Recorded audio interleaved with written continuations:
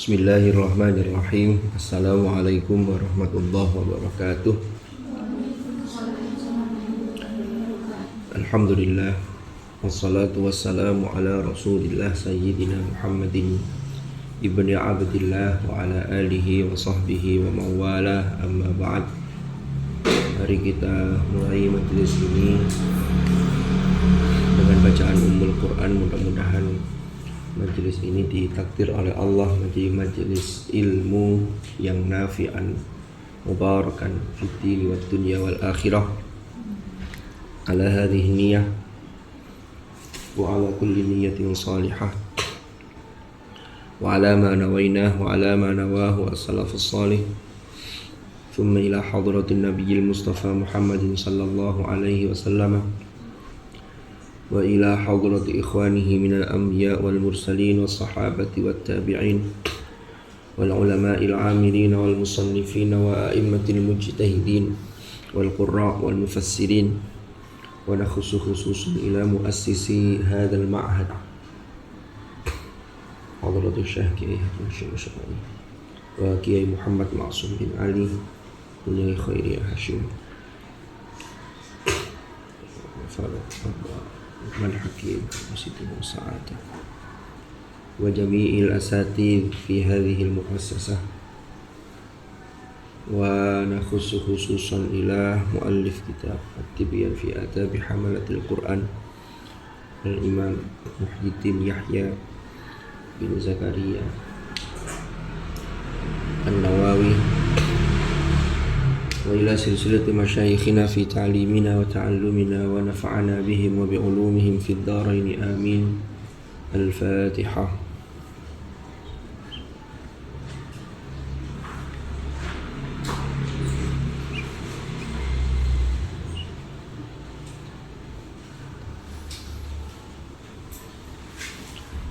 Bismillahirrahmanirrahim. Qala al-muallif rahimahullahu ta'ala wa nafa'ana bihi wa bi'ulumihi fid dharain amin. Kita masih melanjutkan fi adabin nasi kullihim ma'al Qur'an, yaitu berbicara mengenai adab tata krama bagi semua orang terhadap Al-Qur'an. Salah satu kewajiban kita yang itu menjadi satu etika atau tata krama terhadap Al-Quran adalah wal i'tina'u bimawa'idhihi. Wal i'tina'u dan i'tina itu perhatian yang serius, perhatian yang mendalam, itu i'tina. Bimawa'idhihi lawan nasihat atau terhadap nasihat-nasihat Al-Quran.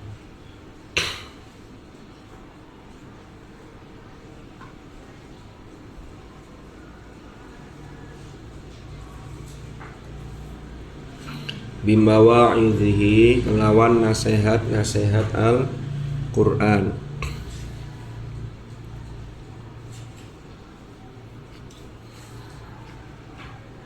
Allah Subhanahu wa ta'ala berfirman dalam surah Yunus di juz 11 itu, ya ayyuhan nas qad ja'atkum mau'idhatum apa artinya? Mir rabbikum wa shifaa'un lima fis sudur wa hudaw wa rahmatul apa? Lil mu'minin. Belum sampai juz 11. Juz 11, Ambon. Juz 11 itu kan juz 1 tambah 1 terus sampainya kasih 1. Sama kayak orang hafal berapa juz? Juz 30 juz 30 juz. Nah itu kan tinggal balik aja. Memang secara bahasa tinggal balik, tapi prakteknya berbeda. Samain hafal juz 30 apa 30 juz, nah itu kan beda. Wahai sekalian manusia, sungguh telah datang kepada kalian mau'idhatum mir rabbikum, yaitu mau'idhah, nasihat dari Tuhan kalian, yaitu dari Allah. Dalam istilah bahasa Arab itu ada ada mau'idhah, ada qudwah, ada uswah. Jadi gini, biasanya kalau kita bikin acara, ini kan sudah bulan Maulid ya, lalu ada peringatan Maulid.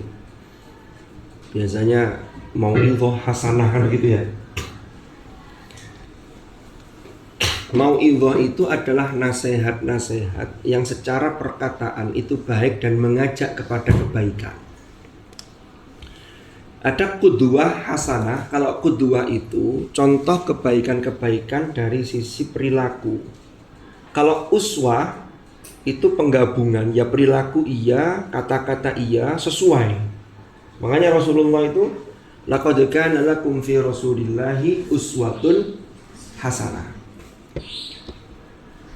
Mau'idhah yang disampaikan oleh seseorang, kalau mau'idhah itu dari seseorang, maka seharusnya atau seyogyanya atau idealnya itu juga oleh yang bersangkutan sudah disesuaikan dengan perbuatannya. Makanya disebut mau'idhah. Jadi ngajak orang itu ud'u ila rabbika bil hikmah wal mau'idhatil hasanah wajadilhum billati hiya ahsan. Juz 14 akhir itu. Karena ada ungkapan bahasa Arab itu lisanul hal afsahu min lisanil maqal. Faham maksudnya ini? Lisanul hal berdakwah dengan keadaan, dengan kondisi. Artinya apa? Perilaku seseorang itu kalau baik, lalu sambil mengamati perilaku itu baik, itu sesungguhnya sudah dakwah. Itu lebih fasih min lisanil maqal dibanding hanya berupa nasihat. Contoh, itu yang bunyi apa? Salon. Memang dinyalakan lah. Dinyalakan salonnya itu tidak ada mic-nya ya, tidak nyambung. Samun. Sudah dinyalakan. Oh, dimatikan. Tutup ndi kumang. Dulu kita ambil contoh para wali songo atau para kiai-kiai yang luar biasa itu mencontohkan hal-hal yang baik. Itu kadang-kadang walaupun tidak terucap, itu santri-santri itu ketika melihat saja itu langsung terinspirasi, termotivasi untuk meniru kebaikannya atau kealimannya. Waduh, Ustadz saya ini kok pinter sekali, tawadhu, orangnya kok akhlaknya baik, sehingga sampean termotivasi untuk mengikuti. Nah, itu berarti beliau itu memberikan suri tauladan. Itulah yang disebut dengan lisanul hal. Sekali ngendikan itu mandi. Kenapa? Karena perbuatannya juga selaras dengan apa yang diucapkan. Sebaliknya, kalau ada orang yang nasihati hanya ngomong tok tapi nggak ngelakoni, contoh, kalau yang dekat dengan kita, contohnya apa ya? Pengurus. Ini saya tidak tahu loh ya pengurus di sini atau dimanapun. Saya dulu pernah jadi pengurus, sekarang sudah pembesar karena badannya semakin. Kalau dulu saya pengurus ngilingno adik-adik. Ayo ini jamaah, tiba-tiba pengurus sih kak, atau yang lain lah. Tiba-tiba pengurus sih kak, itu mesti kata adik-adiknya, mungkin di depan orangnya dia takut. Itu karena takut, bukan karena haibah, bukan karena wibawa. Tapi kemudian diemburi di ruasannya, koyo yo, awal dewi koyo ngono. Itu gak mandi. Itulah yang disebut dengan hanya lisanul maqal. Jadi yang bagus gimana? Lisanul hal dibarengi lisanul maqal. Itulah menjadi nanti uswah seperti Rasulullah. Rasulullah itu salah satu yang menjadikan dakwah beliau itu diterima oleh masyarakat karena apa yang beliau sampaikan itu sudah dilaksanakan dan tidak pernah bertentangan. Paham ya? Jadi Rasulullah tidak pernah bertentangan, ngomong A tapi yang dilakoni B. Enggak, A ya A sudah. Termasuk perbuatan beliau itu. ngajak orang untuk jujur, beliau sudah jujur duluan. Makanya sebelum diangkat jadi nabi sudah terkenal dengan gelar Al-Amin, orang yang dapat dipercaya, orang yang bisa memegang amanah, orang yang bisa memberikan rasa aman. Karena orang itu amanah, orang lain aman. Orang yang di sampingnya tidak merasa terancam. Itu namanya lisanul hal afsahu min lisanil maqal. Nah, nasihat Al-Qur'an itu langsung mir rabbikum. Maka kalau di sini bahasanya al-i'tina bima wa'idhihi. Ini nasihat dari siapa? Nasihat dari Allah. Ya. Kalau Allah yang memberi nasihat, itu jangan disamakan dengan makhluk. Umpama Allah perintahkan ini, apa Allah sudah melakukan? Enggak. La yus'alu amma yaf'alu wa hum yus'alun. Juz 17 itu surat Al-Anbiya. Allah itu tidak ditanya atau tidak dimintai pertanggungjawaban dari apa yang Allah perbuat. Tapi mereka makhluk itu dimintai pertanggungjawaban. Allah itu perintah sholat, tapi Allah tidak memulai dengan saya sudah sholat loh, kalian sholat. Itu beda. Allah itu perintah segala sesuatu tidak harus dimulai dari Allah dulu. Tapi khusus untuk sholawat Allah mencontohkan, innallaha wa malaikatahu yusholluna 'alan nabi, baru perintah ke orang beriman, ya ayyuhalladzina amanu shallu 'alaihi wa sallimu taslima. Ini menunjukkan kedudukan sholawat, dan orang yang dikirimi sholawat itu kedudukannya luar biasa di hadapan Allah, yaitu kanjeng Nabi. Tapi kalau perintah sholat, aqimus sholat, kan tidak ada sholaitu fa aqimus sholat, saya sudah sholat, kalian sholat. Tapi kalau kalian merintah, ayo sholat, wabet diobrai, ya sampean sudah sholat? Iya belum. Kan nggak bisa. Kalau manusia harus selaras tadi agar menjadi mau'idhah yang punya kekuatan lisanul hal, yang nanti akan menjadi suatu uswah yang hasanah, gitu loh. Itu penting sekali, keteladanan.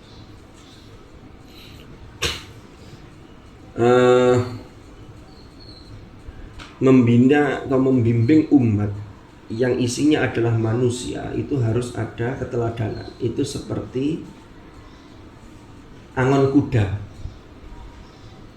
beda dengan angon bebek. Tahu angon ya? Menggembala. Kalau angon bebek itu bebeknya disuruh masuk ke sungai atau ke rawa-rawa, itu modalnya biasanya cukup dengan tongkat. Karena angon bebek ada tongkatnya, ada benderanya. Pernah tahu? Atau pernah pengalaman angon bebek? Belum ya? Jadi juragan bebek itu tidak apa-apa, tidak harus yang turun, tapi jadi juragannya. Tinggal nanti hitungannya, telur bebeknya sekian yang dijual, lalu bebeknya berapa yang terjual, jadilah nasi bebek dan seterusnya. Orang angon bebek itu tinggal tongkatnya ditancapkan di tengah-tengah, itu bebek tidak akan kemana-mana, mesti di sekitar situ dok. Jangan sampai kok oversis Pak. Nah ini hanya pengalaman saja. Itu bebek tidak kemana-mana, itu nurut. Jadi bebek itu walaupun omongannya uwake, itu kan sampai ada cerita dulu, kenapa bebek itu gak iso nengkermi telurnya. Kan telur bebek itu untuk menetaskan jadi bebek itu kan ditetaskan, digeremi pakai apa, oleh yang lain, ayam kadang pakai alat. Teman sudah tahu ini. Tuh. Bebek mari ngendok ditinggal sudah. Makanya biar dia diambil di mana-mana itu ono bebek. Kalau mau dijadikan bebek itu harus digeremi dulu. Makanya saya ada cerita itu seekor itik yang kemudian menjadi saudaranya ayam itu karena digeremi oleh ayam. Tiba-tiba situ pinter renang, sing pitik gak iso renang. Itik bisa renang, pitik gak iso.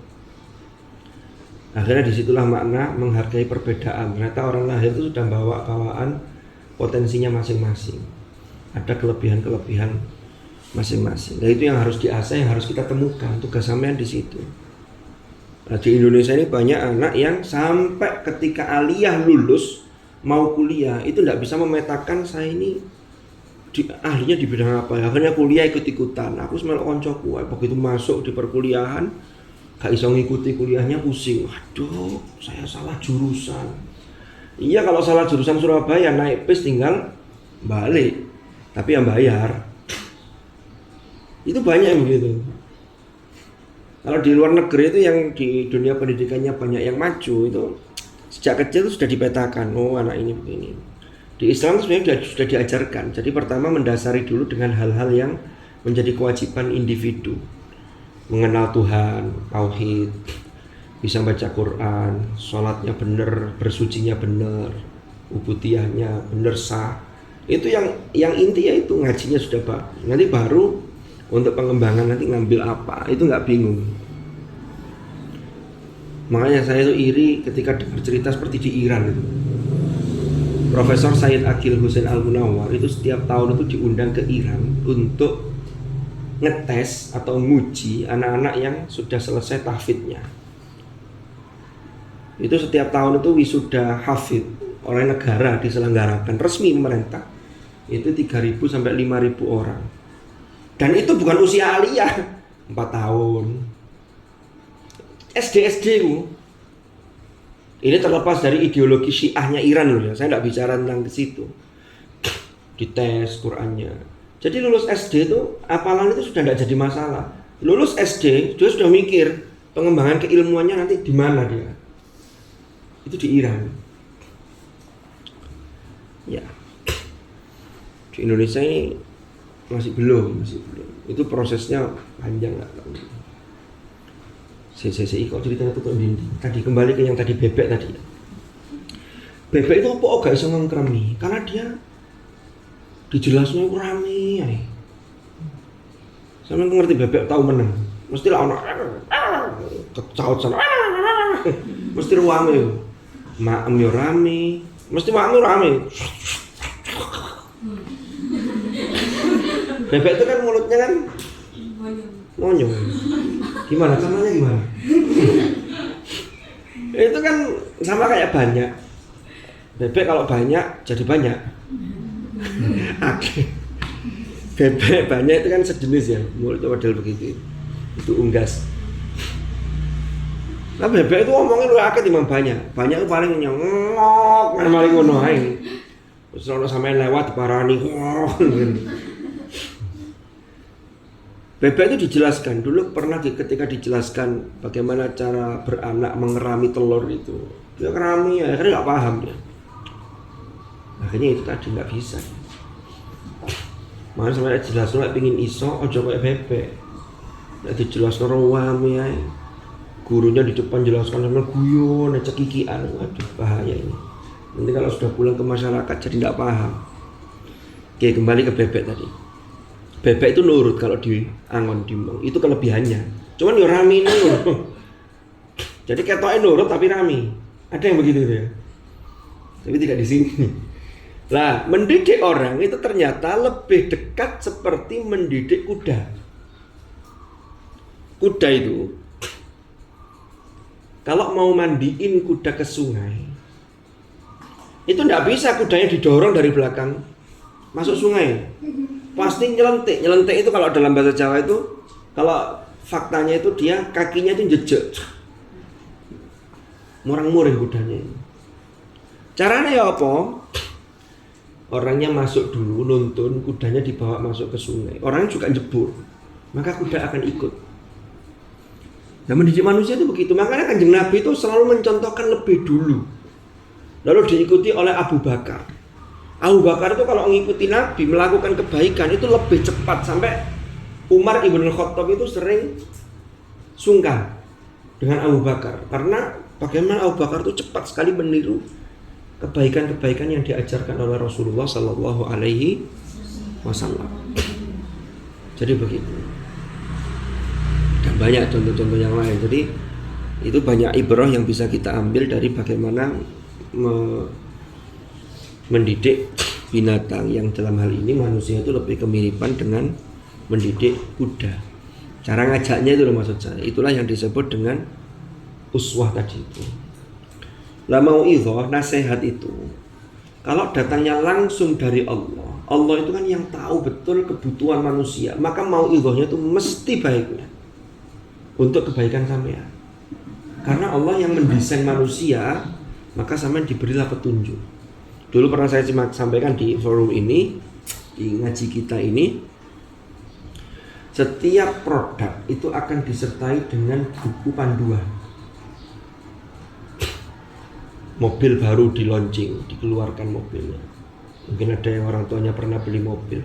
Itu di dalamnya mesti ada buku petunjuk. Sampean beli motor, baik itu kredit atau cicilan, itu kan soal teknis pembayaran. Sajane ke dealernya sudah dibayar cash kan, oleh leasing atau oleh bank kan gitu. Tinggal nyicil nanti. Pokoknya motor baru atau HP baru, gadget. Sampean beli HP baru, kardusnya masih segel, dibuka oleh orangnya yang jual, itu ada buku petunjuknya dalamnya. Manusia juga begitu. Ketika ia diciptakan, Allah sudah bikin buku petunjuk yang itu berlaku sepanjang zaman. Apa itu? Al-Quran. Nek pingin selamat ini HP, kalau pingin awet jangan dicuci, jangan direndam pakai sabun. Jangankan pakai sabun, rendam saja sudah. Iya. Terus kuat-kuati HP itu paling sekarang HP ada yang bisa kena percikan air, tapi kalau sudah sampai direndam itu kayaknya belum ada. Kalau jam tangan sudah ada yang bisa dipakai renang sekian meter, 50 meter, 200 meter kan begitu ada. Nah, itu sudah ada petunjuknya. Menungso, jangan wala tulqu bi aidikum ila tahlukah, jangan jerumuskan kalian ila tahlukah, menuju kehancuran. Maka jangan berbuat zina, jangan mencuri, karena ini merusak tatanan ini. Pokoknya yang menyalahi buku petunjuk itu pasti merusak keharmonisan kehidupan. Sampai-sampai diingatkan termasuk memperlakukan alam semesta. Oh itu kalau penebangan pohon habis-habisan itu bisa menyebabkan banjir. Seperti hutan kita ya di Kalimantan. Itu ada perusahaan-perusahaan yang memang diberi izin untuk pengolahan hutan itu. Kayu-kayu yang memang usianya sudah tua itu memang daya serapnya tidak seperti yang muda. Tapi sakjane itu ada aturan. Kenapa kok menyebabkan banjir? Lalu terjadi kebakaran hutan di Sumatera dan seterusnya. Itu karena keserakahan manusia. Saya ambil contoh begini, Rek. Umpama ini hutan sekian ratus hektar. Perizinannya itu resminya yang boleh digarap selama 10 tahun ke depan itu yang sisi sini. Nanti setelahnya diambil semua. Ini harus ditanami untuk menggantikan yang sudah diolah tadi. Nah kalau sini sudah tumbuh sekian, maka baru sini yang digarap. Tapi banyak orang serakah, wah ini nanti nih 10 tahun, 15 tahun, 20 tahun garap iki tok, rugi, badine kurang. Sehingga yang terjadi apa? Dihabiskan semua. Sehingga ketika dihabiskan semua, nandure bareng kabeh, hujan besar datang, tidak ada serapannya. Itulah terjadi banjir yang luar biasa, termasuk banjir bandang, gara-gara keserakahan manusia. Seumpama mengikuti aturan, jadi aturan ini ada yang ini resmi, minta izin ke yang mengizinkan agar diizinkan dengan memberikan gratifikasi, nyogok, menyuap dengan sekian. Nah kan begitu terjadi. Sehingga terjadi apa? Ini yang merusak alam. Itulah diingatkan dalam Al-Quran, Zaharul fasadu fil barri wal bahri bima kasabat aydin nas. Kalau sudah begitu, yang merasakan dampaknya itu tidak hanya orang yang melakukan. Wattaqu fitnatan la tusibanna alladzina zalamu minkum khassah. Tidak hanya orang yang zalim, tapi bisa kena semua. Makanya kenapa kok orang itu harus mengingatkan sekecil apapun keburukan, karena Allah sudah menurunkan dampak dari itu secara sunnatullah. Itu tidak bisa pilih-pilih, semuanya bisa kena. Contoh, di satu perumahan, sampean tahu ada ular berbisa masuk ke rumah tetangga kita. Saya masuk. Jangan sampai kita itu jadi orang yang cuek. Kalau jarno ae wis ngududu omahku wae, omah sebelah. Apalagi sampean punya dendam ke sebelah, bapak wis di cokot ulo. Nauzubillah, umpama loh, enggak boleh kayak gitu itu. Ini contoh yang enggak boleh. Kalau kita membiarkan ular itu masuk ke situ, maka sangat mungkin lalu kemudian dia beranak pinak di situ, lalu kemudian bisa masuk ke rumah sampean. Dampaknya kan begitu. Karena apa? Karena kita cuek dengan hal-hal yang membahayakan. Padahal sekecil apapun harus kita usahakan untuk darul mafasid, menolak itu. Kan begitu. Karena sesuatu itu ya mesti ada kaitannya. Jadi manusia itu jangan hanya ngurusi diri sendiri, harus ada kepedulian bagi orang lain. Baik kepedulian untuk menangkal kejahatan, kemungkaran, dan juga kepedulian untuk mengajak kepada yang ma'ruf atau kebaikan-kebaikan. Nah, kembali ke materi tadi. Qad ja'atkum mau'idhatum mir rabbikum. Sungguh telah datang kepada kalian mau'idhah mir rabbikum. Jadi kalau Allah yang memberikan mau'idhah, itu pasti untuk kebaikan manusia, karena Allah tidak punya kepentingan apapun. Bahkan sampai-sampai Allah itu tidak butuh kepada siapapun itu, sampai-sampai kalaupun seandainya tidak ada yang menyembah Allah, Allah tetap Allah, tidak akan berubah. Beda dengan orang, manusia. Makanya Allah itu kan punya sifat mukhalafah lil hawadits. Beda dengan makhluk. Kalau manusia itu kalau sifatnya tidak ikhlas, itu kadang kalau dipuji manusia dia semakin giat, tapi kalau sudah dicaci, dihina, itu bisa melemahkan semangat. Nah kan sudah berubah, ada pengaruh. Manusia sering begitu. Tapi bagi Allah tidak pengaruh. Mau beriman, mau tidak beriman, sifat ar-Rahmannya tetap diberi hak untuk bernafas, untuk menghirup oksigen, kan begitu. Tapi nanti bagi orang-orang yang baik, Allah punya sifat rahim. Wa kana bil mu'minina rahima, kan begitu. Jadi itu mau'idhah. Dalam hadis yang lain Rasulullah bersabda dalam hadis bahwa Al-Quran itu adalah ma'dubatullah fil ard. Maka pelajarilah dari mana saja kalian mengambil. Jadi Al-Quran itu digambarkan sebagai hidangan Allah. Pernah hadir di undangan resepsi pernikahan atau acara apapun lah, hidangan yang tersedia itu menunya bermacam-macam. Sampean boleh ngambil menu ini, menu sedikit-sedikit boleh. Tapi boleh mengambil satu menu difokuskan lebih banyak, boleh. Makanya orang ngambil prasmanan itu ada yang nasinya sedikit tapi lauknya macam-macam. Itu kalau yang ngerti tentang prasmanan. Kalau yang tidak paham, nasinya dibanyakin karena bawaan dari pondok. Di pondok itu biasanya kan segone pokoknya akeh, pojokan iwak tahu tempe, ya kadang-kadang lele, kan begitu. Tambah kerupuk siji, sambal sayurnya terong pakai sambal, sudah nikmatnya luar biasa. Nah itu masih terbawa, itu sudah boyong dari pondok, segone diakei. Kalau segone diakei nanti menu yang lain nggak bisa optimal, memaksakan nanti. Padahal israf itu nggak boleh. Wa kulu washrabu wa la tusrifu. Mangano, minumo, tapi ojo berlebihan. Kan begitu. Jadi harus tahu porsi secara proporsional. Nah, Quran juga begitu. Ini hidangan. Ada orang yang mengambil banyak menu, tapi sesungguhnya dia tidak paham dengan menu itu. Ya dicipi, oh enak, tapi gak roh, belum bisa sampai mendalami, sampai betul-betul oh ini menu ini dibikin dari ini gitu. Kan enggak. Hanya ngicipi saja sebagai penikmat, itu ada. Tapi ada orang yang ketika menikmati hidangan itu, dicipi titik, dia tahu oh ini ternyata dari sekian prasmanan, di masakan prasmanan ini yang paling enak ini. Kenapa? Karena ini pembuatannya ini mengandung ini. Kan begitu, itu dirasakan betul. Sama orang menikmati Al-Quran. Ono sing ngaji wis pokoke dirungokno tok, ngurungokno ngaji ku enak, tapi gak paham maknanya, tapi bisa merasakan ngaji dhewe ku enak. Terus lancar. Boleh. Tapi kalau bisa tingkatkan, jangan hanya itu, lafzon wa maknanya pelan-pelan. Mulai menikmati isi kandungannya. Oh, begini ya Allah, indah banget. Dinikmati ketika Al-Quran itu mengkisahkan sesuatu, bercerita, runtutannya begini. Mulai masuk ke sisi balaghah, keindahan bahasanya. Kenapa? Karena itu endingnya yang harus kita tuju. Al-Quran itu balagh. Di akhir juz 13, hadza balaghul linnas. Kan begitu.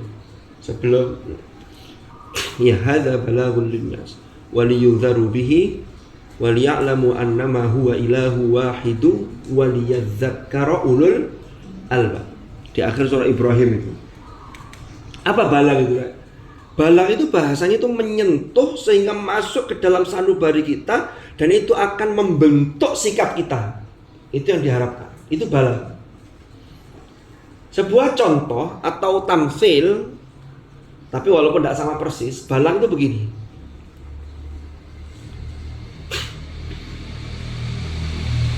Di daerah sampean itu biasanya kalau ada orang meninggal tuh pengumumannya pakai apa?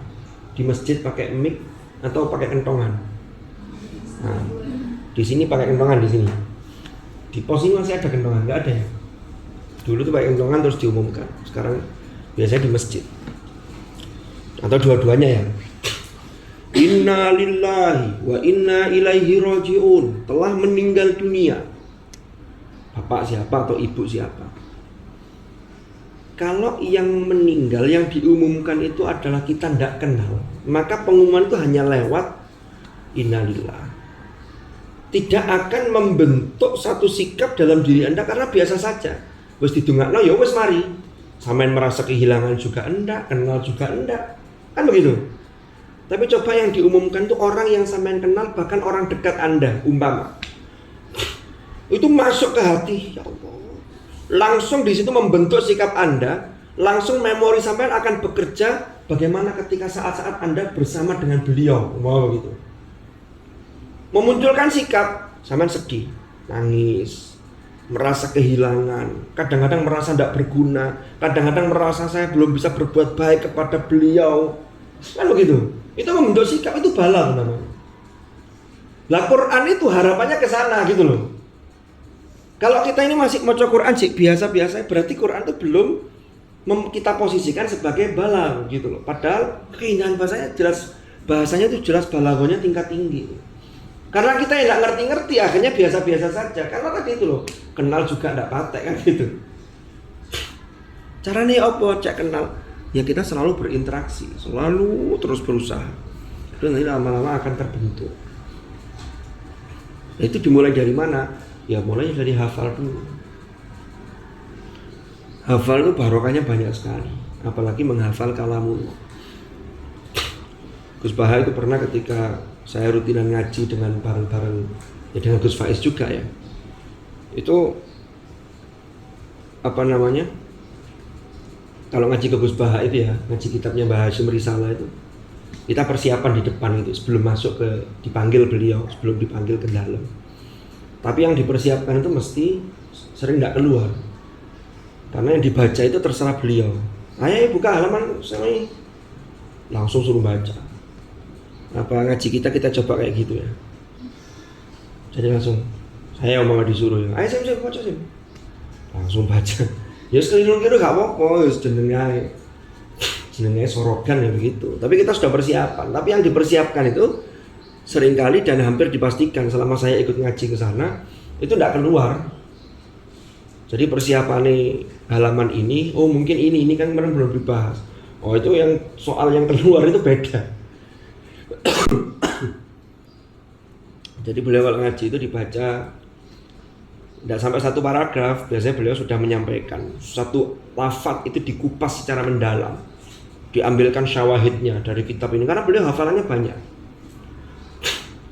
Qurannya hafal. Beliau hafal Quran itu cerita beliau dan saya hadir di situ. Itu beliau dipeseni oleh abahnya dulu, "Hak, kowe nek hafal Quran kudu koyo hafal Fatihah." Jadi hafal Qurannya 30 juz koyo Fatihah. Belum yang lain ya. Niku ten Sahih Muslim hadisnya ngeten. Wah. Sahih Muslim hafal, Sahih Bukhari hafal itu opo? Padahal hafal Sahih Bukhari itu tidak hanya matanya, tapi ada sanadnya. Haddatsanaan. Nah kalau urutannya jenenge wong lah ya wangen sih. Apalagi jenenge orang perawi hadis itu kadang-kadang itu podo-podo Muhammad binnya itu beda. Jenenge podo Muhammad binnya beda. Jenenge Abdullah binnya yang beda. Ini Abdullah siapa? Ibnu Mas'ud, apa Abdullah ibnu Zaid, apa Abdullah bin Amr, apa Abdullah ibnu Abbas. Jadi beliau tuh sering cerita begini, barokah apal. Lah apal itu menjadi satu landasan untuk pengembangan berikutnya. Nek wis gak apal, ya apa titik kembangno. Karena apal itu modal. Makanya kalau sampean ada yang mengatakan gak perlu hafal Quran tuh, sekarang sudah zamannya canggih Android, kita nyari ayat tinggal ngetik di Quran Android, ketemu ayatnya, ini di surat ini. Taman tinggal balik aja pertanyaannya. Emang Android bisa diajak ke alam barzah? Emang Android sampai ke akhirat? Masa orang dikubur itu kan sampai ada cerita dulu itu kan, ketika orang habis menguburkan jenazah, tiba-tiba terdengar suara ngaji dalam kubur. Waktunya orang gempar. Akhirnya diputuskan oleh keluarga sudah digali lagi untuk melihat apa yang terjadi di dalam. Pas digali ternyata ketemu HP-nya yang ngeduk ketinggalan di dalam, murotalnya murung. Jadi ngaji bukan orangnya. Jadi ada HP yang ketinggalan. Tidak bisa, itu semua sudah hancur nanti ketika menghadap pada Allah. Ya tinggal kita dan amal-amal kita serta apa yang kita pelajari. Lah hafalan Quran Anda itu menjadi modal untuk menghadap kepada Allah. Yuqalu li sahibil Qur'an iqra' wartaqi warattil kama kunta turattilu fid dunya fa inna manzilataka inda akhiri ayatin taqra'uha. Tapi lek nuruti wong ngomong rek, orang-orang yang tidak senang dengan penghafal Quran itu ya ada. Dikira orang hafal Quran itu hanya untuk orang kok ngurusi diri sendiri loh. Orang itu yang wajib itu ngurusi diri sendiri baru yang lain. Jangan kualik ngurusi orang lain tapi dirinya terbakar. Itu kayak lilin. Walaupun ada yang sepakat dengan lilin, masih mending bakar dirinya tapi dia punya manfaat ke orang lain. Kalau bisa jangan. Kalau bisa itu dirinya selamat tapi juga membawa orang lain untuk menerangi orang lain gitu loh. Terus kayak lampu ini loh. Menyinari orang lain tapi tidak harus membakar diri. Nah ya apa katanya bermanfaat bagi yang lain kalau modalnya cekak? Bagaimana kita bisa berbagi kalau modalnya sedikit? Semakin banyak Anda punya modal, maka semakin memungkinkan untuk bisa berbagi dengan yang lain. Paham? Wes ya, kita serius ya ngafalkannya ya. Orang mukmin itu selalu menepati janjinya. Ya ayyuhalladzina amanu aufu bil uqud. Sama sudah tekad ngafalkan, maka jangan mundur walaupun sampai mencurang-mencurang. Ngapalnya gak ono sing gak tahu mencurang, mesti tahu. Lepas bulat masuk gak mencurang. Cara saya nunggu bulat goyang-goyuan.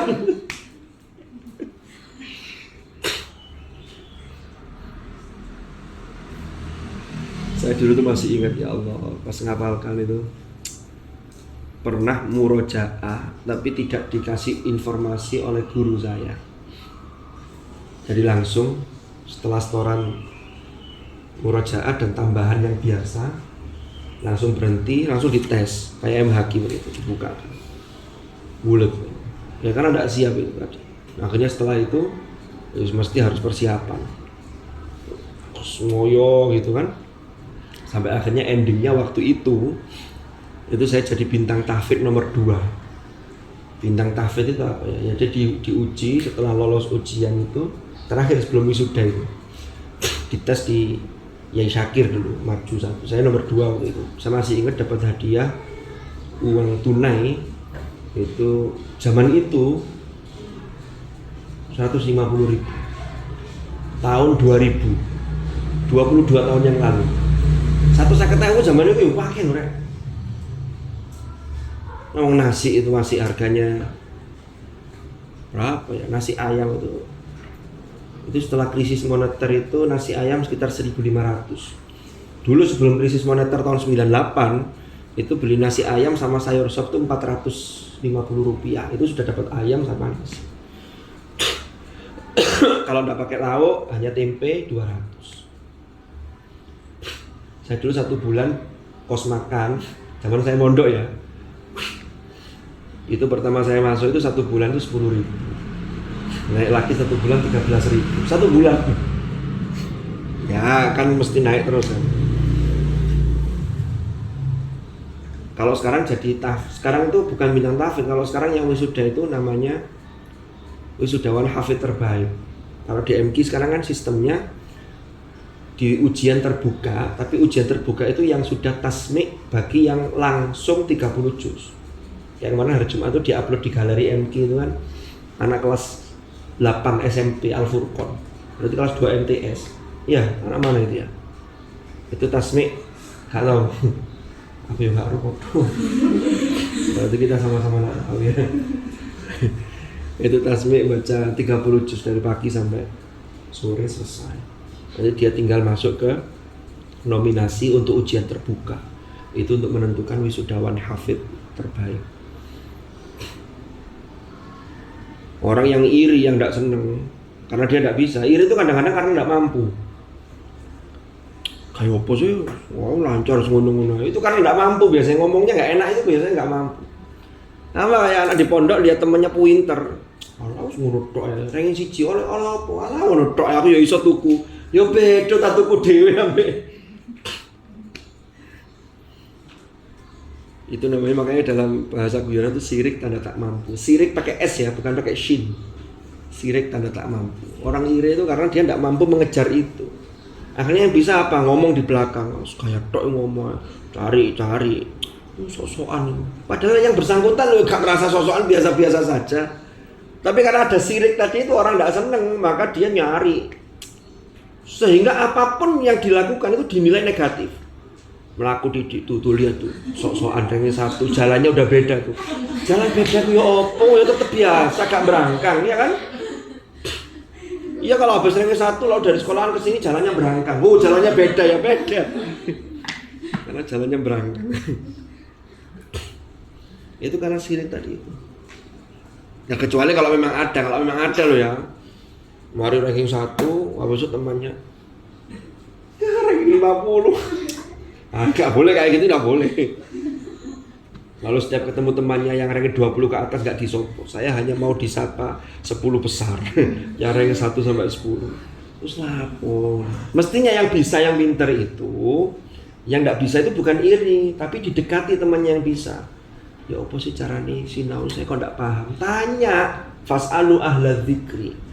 Lah yang pinter tadi harus ngasih tahu, asalkan bukan waktunya ujian loh ya. Kalau waktu ujian memang tidak boleh.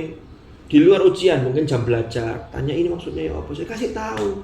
Mikirnya jangan begini yang pinter-pinter itu. Lah aku tak kasih tahu lah nanti lah arek pinter ya apa? Aku lah ada saingannya lah jangan. Tidak boleh itu. Harus kasih tahu. Ilmu tidak boleh disembunyikan. Ada yang ranking 1 di sini. Ada kan? Nah, kasih tahu temannya. Gini loh belajarnya. Ayo belajar sama saya bareng-bareng. Itu sampean kalau belajar bareng-bareng sambil ngajari teman, itu bukti ketakwaan sampean akan dibuka oleh Allah ilmu-ilmu yang lain. Wattaqullah wa yu'allimukumullah. Allah yang mengajar kalian. Sampean diteni itu semua. Tapi kalau orang medit dengan ilmu di luar ujian loh ya ini, sekali lagi di luar ujian. Karena kadang itu kita memanai medit itu balikan. Ada anak itu yang tidak bisa, itu ketika di luar ujian tanya tidak pernah, tapi ketika ujian gak dikasih tahu sama yang pinter tadi dilirik tok ini. Jari ini sing tanya tadi. Sampai keluar kelas tuh, kamu pelit banget jadi tanya nomor 5 aja ndak jawab. Ini ujian, bro. Paham ya? Jadi medit itu ndelok ojo pas ujian. Nah, ujian harus medit.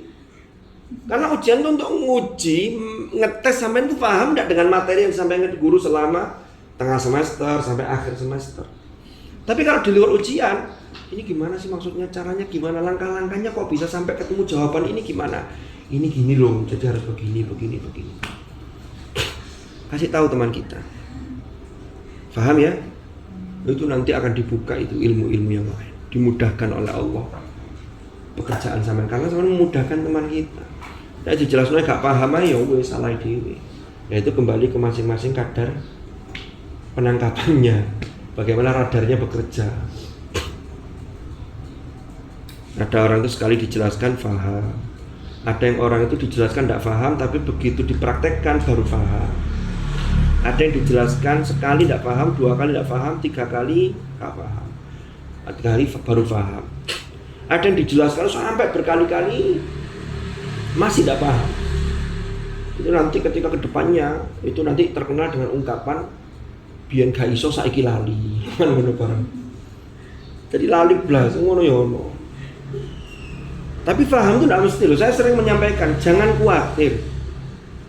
Paham itu kadang datangnya tidak langsung. Sampai ngaji saya seperti ini, tak jelaskan begini-begini, kadang mungkin tidak paham. Apa sih karpis pokoknya melo. Tapi nanti ketika sampai alia, mungkin ketemu dengan guru siapa, dijelaskan hal yang mirip. Oh, jadi dulu itu yang dimaksud itu ini tuh. Jadi puzzle-nya ketemu sih. Biasanya begitu. Yang penting menuntut ilmu itu butuh kesabaran. Sabar dalam hal banyak hal, termasuk menghafal Quran juga butuh kesabaran. Nah kita itu seringkali iri dengan orang yang pinter, yang bisa, yang cepat, tapi hanya pingin pingin hasilnya, lupa prosesnya. Teman kita yang pinter-pinter itu biasanya karena rajin, belajarnya istiqomah, rajin, itu biasanya cepat. Cuman biasanya ada anak-anak yang cerdas, itu penyakitnya orang yang cerdas itu malas. Biasanya loh ya, tapi tidak semuanya. Cepat nangkap sesuatu, tapi sifat malasnya dominan. Akhirnya harus leha-leha. Padahal orang kalau cerdas, lalu disupport dengan sregepnya, itu jadinya cepat. Orang tidak pakai cerdas, tapi sregep, nanti dia akan jadi. Itu sunatullah. Tapi cerdas, gak pakai sregep, ini kalau gerogoti terus, itu kecerdasannya bisa menurun. Kenapa? Karena tidak diasah. Akhirnya butuh dilatih. Paham? Kan cerdas itu anugerah. Tapi kalau tidak dipakai, sama dengan pisau, gunting dan lain-lain, sampai simpen tok walaupun asalnya itu landep, sampai simpen, tidak pernah diasah, tidak pernah dipakai, tumpul. Contoh, ketika peristiwa Idul Adha itu biasanya para orang yang menyembelih hewan kurban kan sudah punya profesi-profesi itu. Pisaunya itu disimpan, nanti 1 tahun baru dikeluarkan untuk menyembelih. Itu pisau itu biasanya yang harganya mahal. Ada yang paling murah 1,5 juta. Tapi memang luar biasa itu. Sekali sering kan memang diperintahkan kan agar tidak menyakiti hewan kan harus pisau yang landep.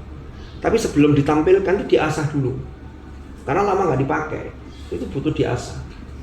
Makanya biasanya walaupun nggak dipakai 1 tahun, itu bagi orang-orang yang tahu itu tidak dibiarkan, tapi diasah. Gunting juga begitu. Gunting nggak samain gawe, ya rusak. Sepeda motor, mobil, kalau nggak dipakai malah rusak. Akinya tekor, karena nggak ngisi kan, nggak dipakai. Jadi kendaraan bermotor itu kalau dipakai dengan tidak dipakai itu lebih cepat rusak yang tidak dipakai. Rumah itu kalau dipakai dengan tidak dipakai lebih cepat rusak yang mana? Yang nggak dipakai. Nggak ada penghuninya, itu tiba-tiba semut bikin apa? Rumah tanah mulai basuh kan gitu, pecah-pecah. Tapi kalau dipakai itu ya bisa cepat rusak, akan rusak tapi tidak secepat kalau nggak dipakai. Nah itulah beberapa ibrah yang bisa kita ambil. Ini kok wakai ceritanya kira ya Allah wal i'tina bima wa'idhi. Gara-gara wa'idhi sampai cerita tutup dindi. Sampai sini ada pertanyaan? Monggo.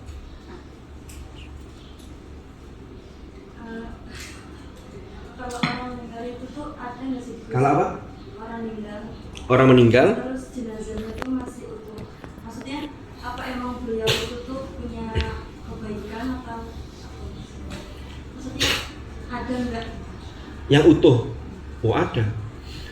Sampai browsing di internet. Dulu tahun berapa? Pertama begini. Itu pernah terjadi di Jawa Barat, di daerah mana itu ya? Orang yang bisa mengutuhkan jasad. Sekarang kita bicara sunnatullah dulu. Kan dalam kurikulum Tuhan itu ada namanya sunnatullah. Sunnatullah itu hukum sebab akibat, atau sesuatu yang oleh orang-orang di luar Islam itu disebut dengan hukum alam. Padahal hukum alam itu aslinya ya sunnatullah. Allah yang menetapkan lalu berjalan sesuai dengan mekanismenya. Contohnya ketika wasyamsu tajri li mustaqarril laha.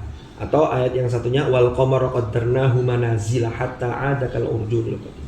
Itu semua sudah berada di garis. Tapi di luar sunnatullah ada inayatullah, ada kudratullah. Kita terlahir itu mesti melalui proses dari orang tua kita. Tapi ada orang-orang yang terlahir khusus tanpa melalui proses seperti yang lain. Nabi Isa, Nabi Adam, kan begitu. Kalau ada pesawat terbang kecelakaan, hancur, secara sunnatullah penumpangnya meninggal. Tiba-tiba ada yang selamat, maka itu inayatullah.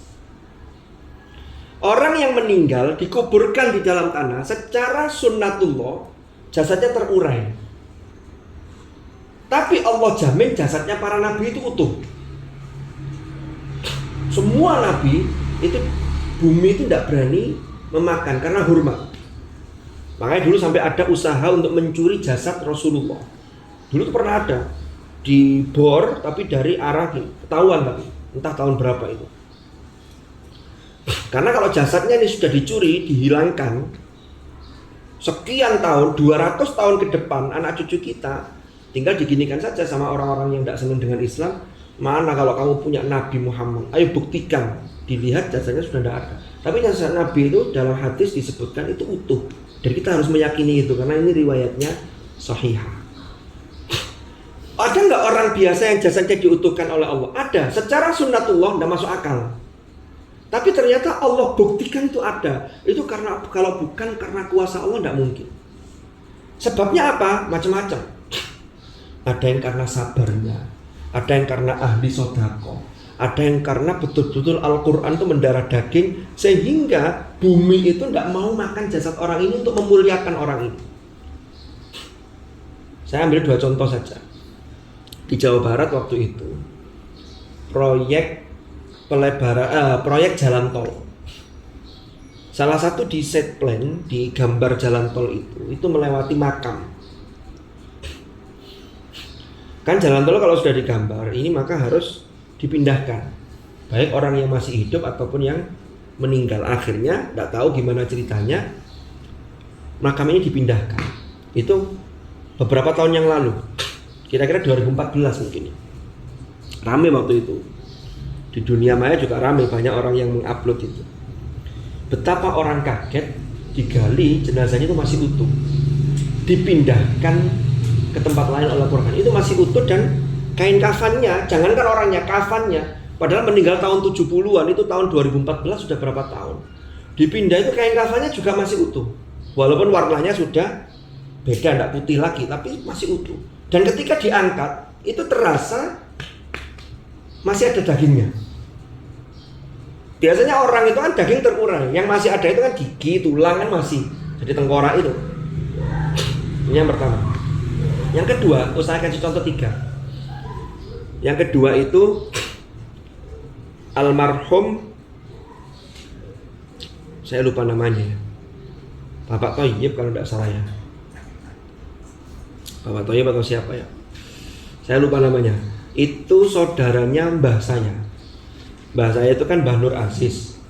Mbah Nur Aziz kan istrinya Bunyai Jamilah. Bunyai Jamilah kan ibunya, ya mbah saya, ibunya ibunya Pak Yai Lukman, ibunya ibu saya. Berarti ini dari jalur bapak. Nah, Mbah Nur Aziz itu punya saudara, diantaranya Kiai Maskur. Kiai Maskur yang dulu Menteri Agama. Lalu ada lagi saudaranya, saya lupa namanya. Ada lagi saudaranya, banyak saudaranya.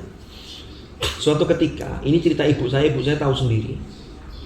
Tahun 90-an itu adiknya yang saudaranya mbah saya, saudaranya Mbah Nur Aziz itu meninggal. Akhirnya dimakamkan jejer dengan masnya di pemakaman itu. Ketika digali, entah penggali kuburnya itu kemepetan atau gimana, sampai akhirnya yang sampingnya ini ketika digali ini itu kelihatan kain kafannya masih utuh. Ini hak ini. Jadi jasadnya masih utuh, tapi tidak digali. Akhirnya karena sudah kadung kelihatan, keluarga memutuskan dikasih pembatas. Jadi pembatas itu semacam kayu jendela begitu, taruh di samping. Lalu dikuburkanlah yang mbah saya, kakaknya mbah saya. Mbah saya itu meninggalnya lebih dulu. Akhirnya dimakamkan di situ. Dia jajar dengan saudaranya tadi. Saudaranya masih utuh dikasih jendela. Ya enggak tahu kenapa kok dikasih jendela, mungkin biar bisa omong-omongan. Buka jendelanya. Hai. Yang ketiga, 2013 di Madinah itu terjadi banjir besar sehingga menyebabkan banjir bandang atau banjir besar itu menyebabkan tergerusnya Bukit Uhud. Dulu para syuhada Uhud itu kan dimakamkan di mana tempat beliau meninggal. Di situ. Salah satu Sayyidus Syuhada namanya. Gelarnya Sayyidus Syuhada itu adalah Sayyidina Hamzah, pamannya Rasulullah. Sayyidina Hamzah itu kan termasuk orang yang mentaati Rasulullah, tidak turun dari Gunung Uhud walaupun orang kafir Quraisy yang dipimpin oleh Khalid ibnul Walid ketika itu masih kafir. Itu seakan-akan mereka sudah kocar-kacir kalah. Tapi beberapa sahabat dari atas pemanah itu kan turun melihat barang rampasan perang. Akhirnya banyak yang turun. Sayyidina Hamzah itu orang yang bertahan di atas. Jangan, karena perintah Rasulullah kita tidak boleh turun sebelum ada perintah. Disitulah kemudian musuh Islam itu naik ke atas. Ada namanya Wahsy, seorang budak, tuannya namanya Hindun. Itu pesan, yang kamu bidik dalam Uhud itu ada Muhammad, kalau tidak Muhammad adalah Hamzah. Kenapa? Karena saking mangkelnya Hamzah itu membunuh suaminya ketika peristiwa perang Badar. Akhirnya Wahsy itu membunuh Sayyidina Hamzah, dibelahlah dadanya, jantungnya dimakan. Saking mangkelnya, jantungnya ini kemudian dibawa ke Hindun itu, dipersembahkan untuk membuktikan itu. Rasulullah ketika tahu pamannya dibunuh dengan secara keji, itu sempat secara manusia beliau itu mangkel sampai mengatakan begini, saya akan membalas pelaku yang memperlakukan Hamzah seperti ini. Turun ayat wa in aqabtum fa'aqibu bimithli ma uqibtum bih wa la in sabartum lahu wa khairul lisabirin. Intinya apa? Kalau membalas sesuatu itu balaslah sesuai, jangan berlebih. Tapi kalau sampai melupakan memaafkan, maka itu adalah lebih baik bagi orang-orang yang sabar. Tapi akhirnya Rasulullah memaafkan, dan Wahsy itu endingnya dia masuk Islam. Tapi Rasulullah ketika ketemu Wahsy itu beliau tidak mau menatap, karena setiap melihat Wahsy Rasulullah teringat paman beliau yang luar biasa namanya Hamzah itu, yang sangat beliau cintai.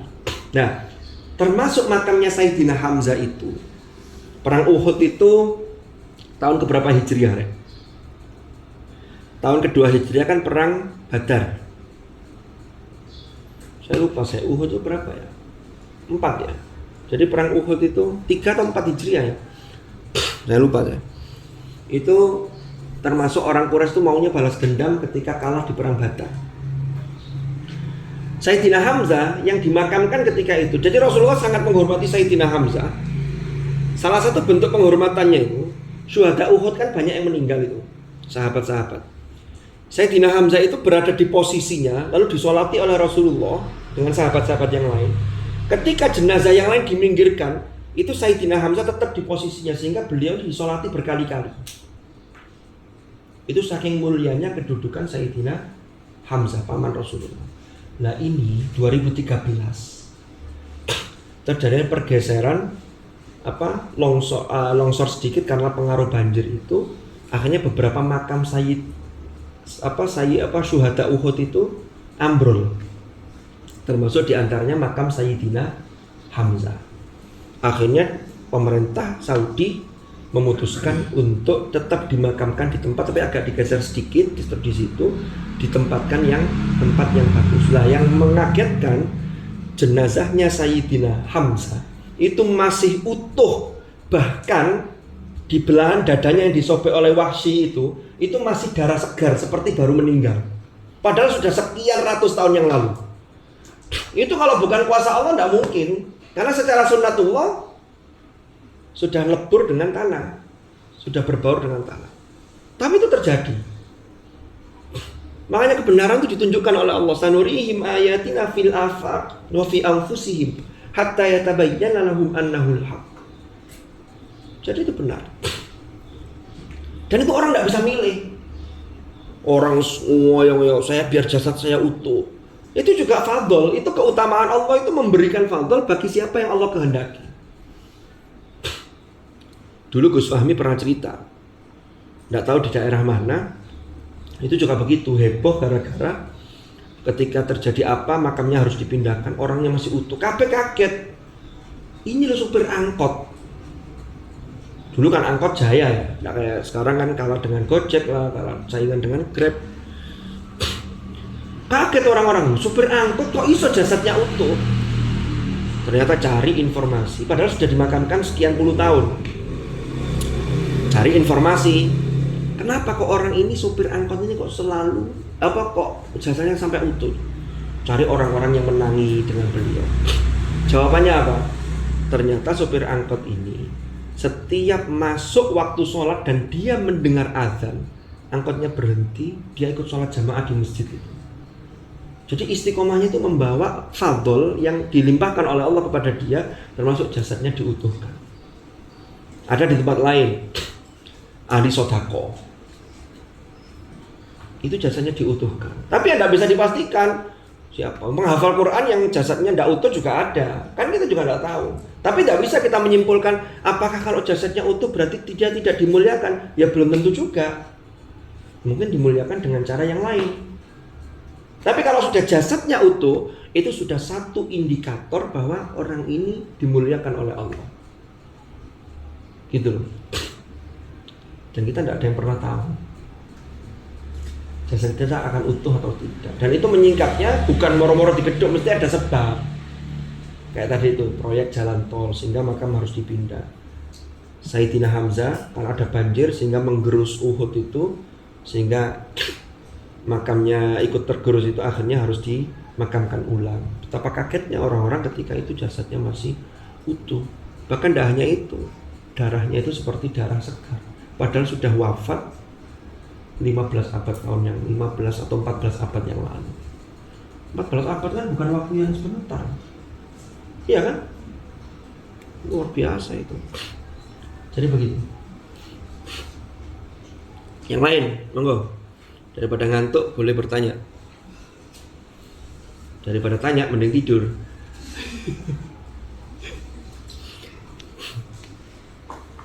Maaf ya, saya ngaji pagi ini kok mengganggu aktivitas panjenengan.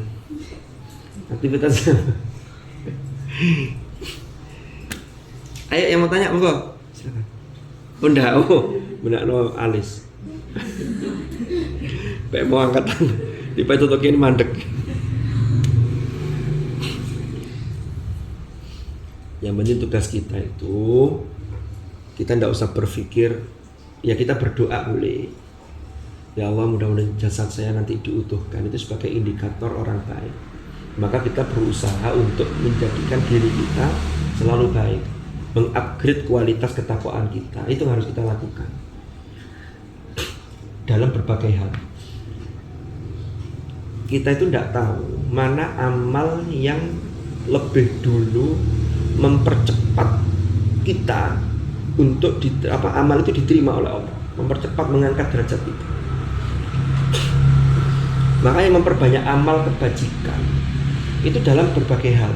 Wa fi dzalika falyatanafasil mutanafisun. Itu sudah diiming-imingi sebelumnya.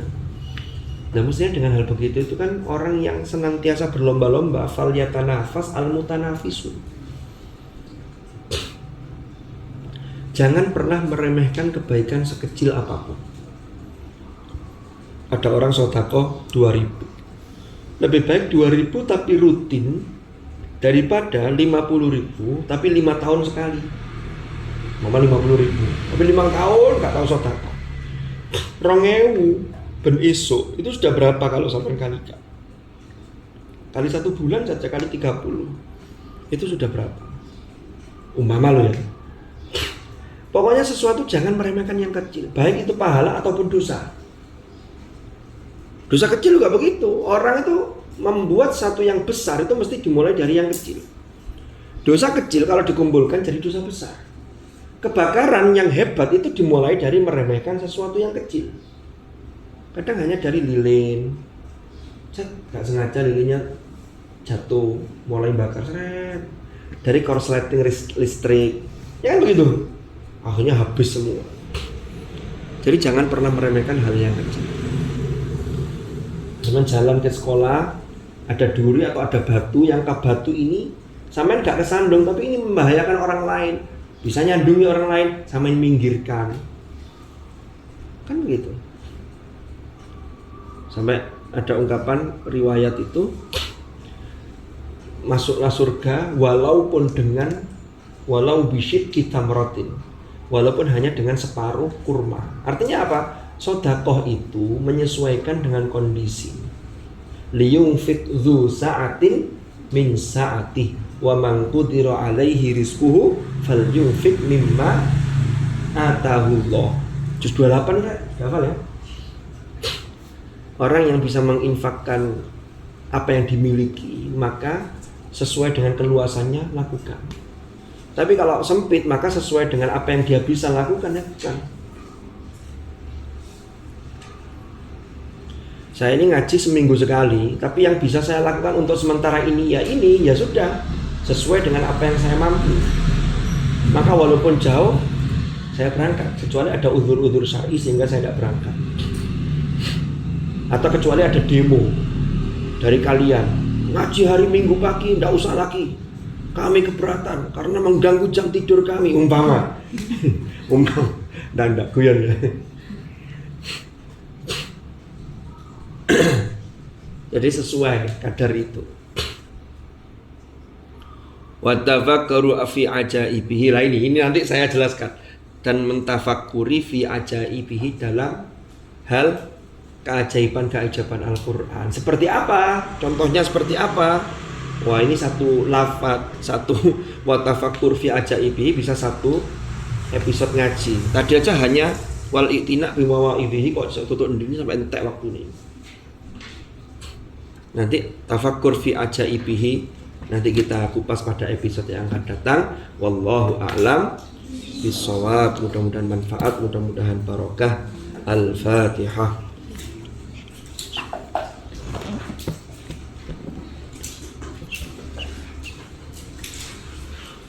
Bismillahirrahmanirrahim. Alhamdulillahi rabbil alamin. Hamdan yuwaffi ni'amahu wa yukafi'u mazidah. Ya Rabbana lakal hamd kama yanbaghi li jalali wajhikal karim wa 'azimi sultanik. Allahumma shalli wa sallim ala sayyidina Muhammad. Allahumma anfa'na ma 'allamtana wa 'allimna ma yanfa'una warzuqna 'ilman nafi'a. Allahumma ij'alna wa auladana wa dhurriyyatina wa ahlana wa ashabana wa tullabana wa talibatina min ahli al-Qur'an alladhina hum ahluka wa khassatuk waj'alna wa iyyahum min ahli al-'ilm wa ahli al-khair wa min alladhina astafaita min ibadika alladhina warithu kitabaka wa sabaqu bil khairati bi'idnik birahmatika ya arhamar rahimin. Allahumma ma'al Qur'an ya Allahumma ma'al Qur'an Allahumma ma'al Qur'an Allahumma ja'al ijtima'ana hadha ijtima'an marhuma wa tafarruqana min ba'dihi tafarruqan ma'suma wa la taj'al ma'ana wa fina shaqiyyan wa la mahruma birahmatika ya arhamar rahimin. Sallallahu ala sayyidina Muhammad walhamdulillahi rabbil alamin. Al-Fatihah.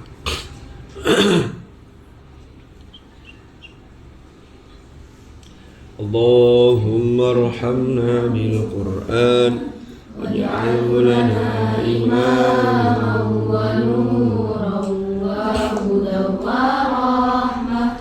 Allahumma dzakkirna minhu ma nasina wa 'allimna minhu ma jahilna warzuqna tilawatahu ana al-laili wa atrafan nahar waj'alhu lana hujjatan ya rabbal alamin. Subhanakallahumma bihamdik asyhadu an la ilaha illa anta astaghfiruka wa atubu ilaik.